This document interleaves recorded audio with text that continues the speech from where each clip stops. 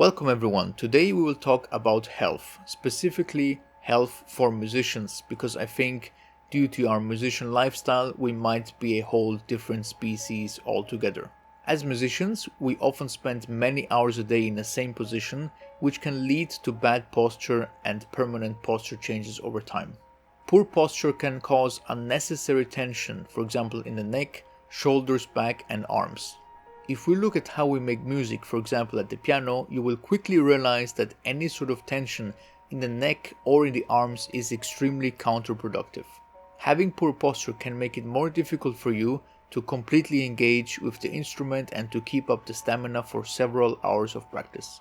When you play the piano or any other instrument, you will need very specific repetitive movements and individual muscle contractions. These naturally create fatigue and some tension over time.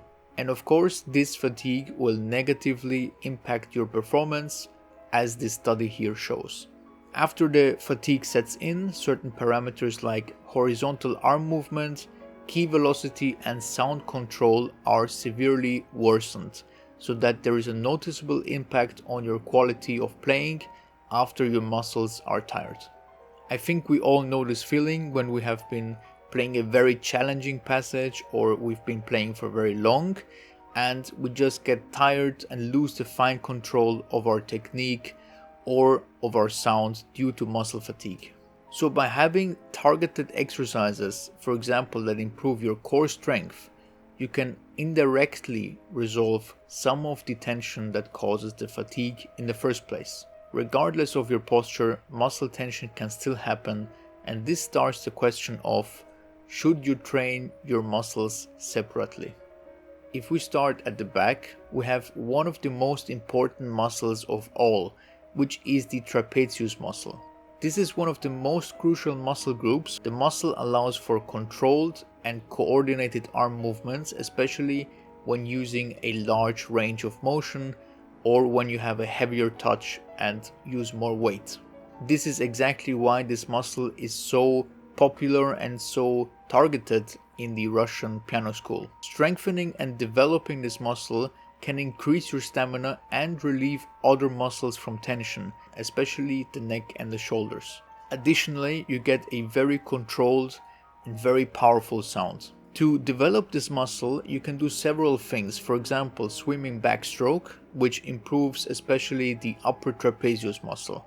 You can also do other exercises, for example, shoulder blade squeeze, where you squeeze your shoulder blades together for a few seconds, or you can also do dumbbell rows if you have a gym equipment or you go to a gym. There are some other muscle groups for pianists, but they apply also to many different instruments. For example, the finger flexors, finger extensors, also the forearm rotators. For example, you can train your pronation and your supination with dumbbells, or you can just use a forearm roller. But wait, won't these exercises hurt me or my hand?